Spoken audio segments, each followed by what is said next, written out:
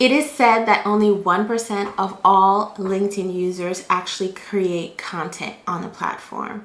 And even though sometimes it may feel like there's so many people creating content, the market is saturated, think about it. Just 1% of people on the platform actually create content. So there's room for you. There is definitely room for you to create content and thrive on the platform. The first thing that you definitely want to do to take up space is to create a niche. You need an area of expertise, especially if you're creating content. You can't be speaking about different things every single day.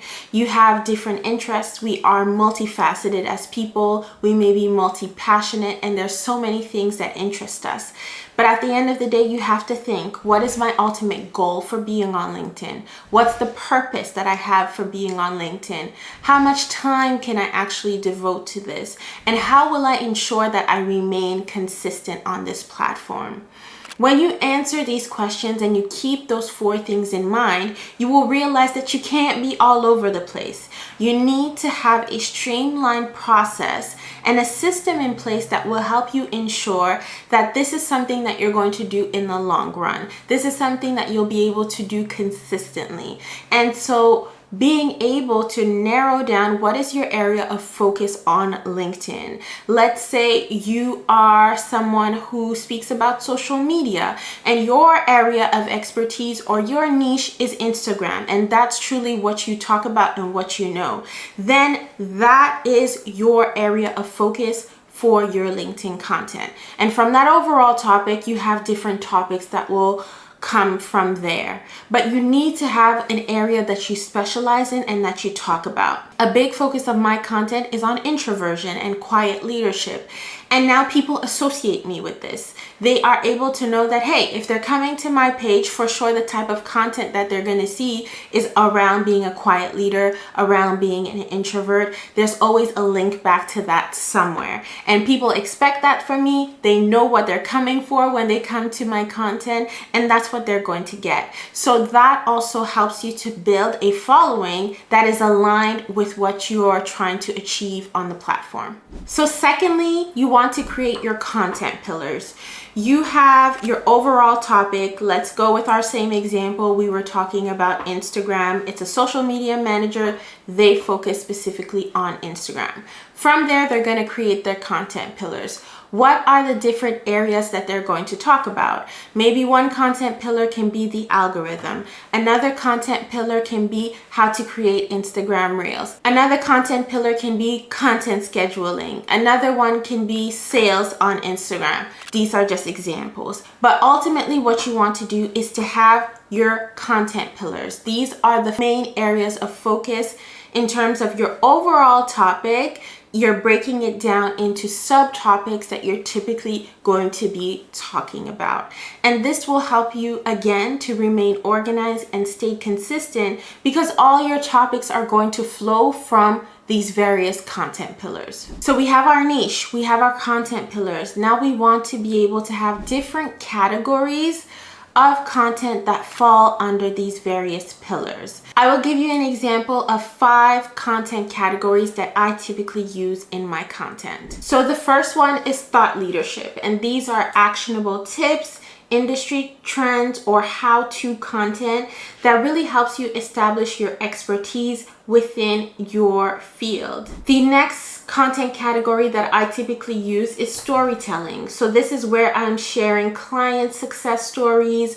I'm talking about my journey or relatable experiences, and I'm doing them through storytelling. And there are various storytelling methods that you can use for that. A popular one is the hero's journey. You can definitely look that up. It is a framework that a lot of people use on LinkedIn to share their stories, but it's basically starting off by somebody who has a challenge, they have a problem, they're not sure what to do, then they go through various obstacles, and then they decide to seek help from a guide or a mentor, and then they're able to provide them with a solution. From there, they are able to derive a solution, and then they are able to share a solution from where they were to where they are now. The next content category is disruption. And disruption is you're challenging the status quo with an unpopular opinion, or myth busting, or you're making a bold statement that encourages discussion. The idea is not to be someone who is always creating controversy. That's not what disruption is. But for example, in my content, sometimes I'll say something like, a common misconception is that the loudest person in the room is always the leader. So these are ideas that people typically have, and I am challenging them. So this is what disruption in content can look like. The next one that I use sometimes is motivation. So uplifting posts like quotes, affirmations, short pieces that inspire my audience. I don't post that many because my page is not typically just about motivation and inspiration.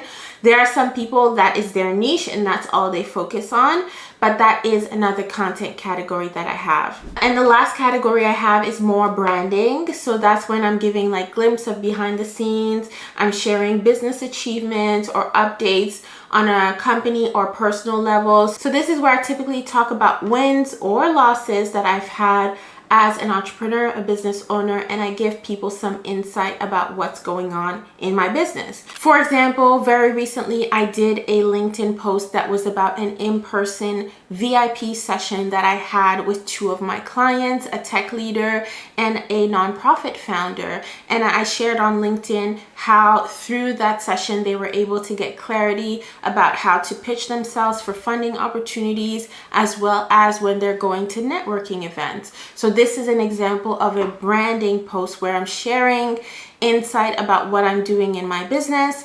And by the way, if you are interested in a VIP session with me to elevate your personal brand and to get hands-on support where I'm working directly with you to elevate your personal brand on LinkedIn, whether you're a founder or a leader, check out the link in the description and book a session with me. Okay, so step 1, identify your niche. Step 2, you have your content pillars. Step 3, you now have your content categories. Step 4 is engagement. So growing on LinkedIn isn't just about posting, it's also about engaging with your audience. And there are different ways that you can engage on LinkedIn. One of the most effective ways to engage on LinkedIn is by commenting on the post of other industry leaders or other like-minded people who create content on LinkedIn. So comment on their posts, find who they are.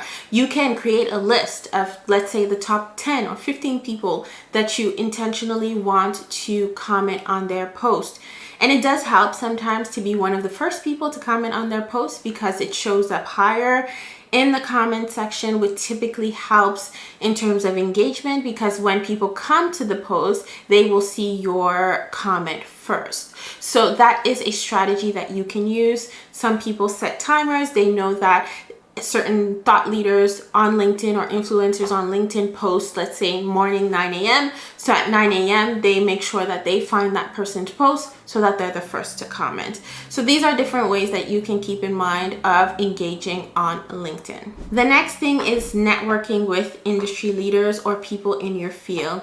LinkedIn is about building relationships. That's ultimately why you're there, because people hire people, people ultimately give other people business opportunities. It's all about these connections that we make that are able to get us these results that we're looking for on the platform, and the reason why we're building a personal brand. So ultimately, you want to keep in mind that it's necessary for you to build connections, whether you're doing it through direct messaging or, as I mentioned, through commenting on people's posts, or whether you are going from direct messaging to actually building connections outside of the platform. And that's when I would say the best connections are made, where you actually take it off the platform and you have a conversation. Those are the various ways that you can connect and engage with people and build true relationships that lead to actual results. The other way that you can engage on the platform is having a call to action on your post.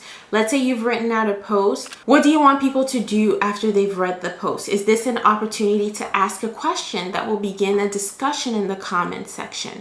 These are various ways that you can create a conversation around your post, which ultimately will lead to more visibility, but also boost engagement on your own post. All right, so step 5, there is something really important to keep in mind when you're creating content on LinkedIn. LinkedIn is unique in the sense that there is a way that you write on LinkedIn. And so being able to know that will help you to get more engagement on your posts and more visibility on your posts. You will notice as you're scrolling through LinkedIn, a lot of people who write on the platform, their text is broken down. You don't typically have very large paragraphs. You'll see that there's a lot of space between the lines when they're writing. And there is a reason for this. It is because most people who are on LinkedIn are using it on their phone. So you want to make sure that your content is mobile friendly. It is said that 57% of people who use LinkedIn use it on their mobile phones. And in addition to that, 80% of engagement on LinkedIn is from mobile phones. So it's important when you're writing on LinkedIn, even though you're posting it, let's say on your computer, you always have to think mobile first. How is this going to look on a phone? Typically, people see large paragraphs that are tiny on a phone. They're not as inclined to read what it actually says. So that's why you see people space out their text.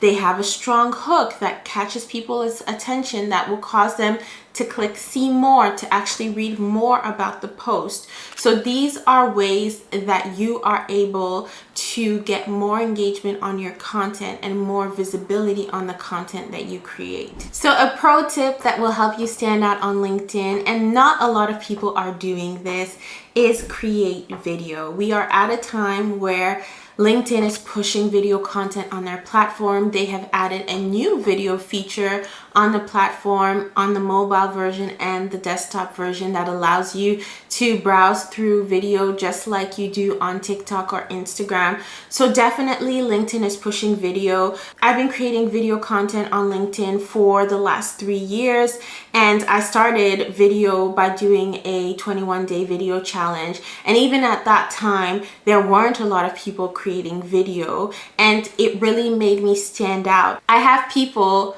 who book a discovery call with me to learn about our services, and they will literally quote to me a line that I said in a video that stood out to them, and the reason why they decided to reach out to me instead of reaching out to another coach or another personal branding consultant. So video is definitely powerful, and in this video right here, I break down things that you want to keep in mind when you're creating video content on LinkedIn. I'll see you in that one.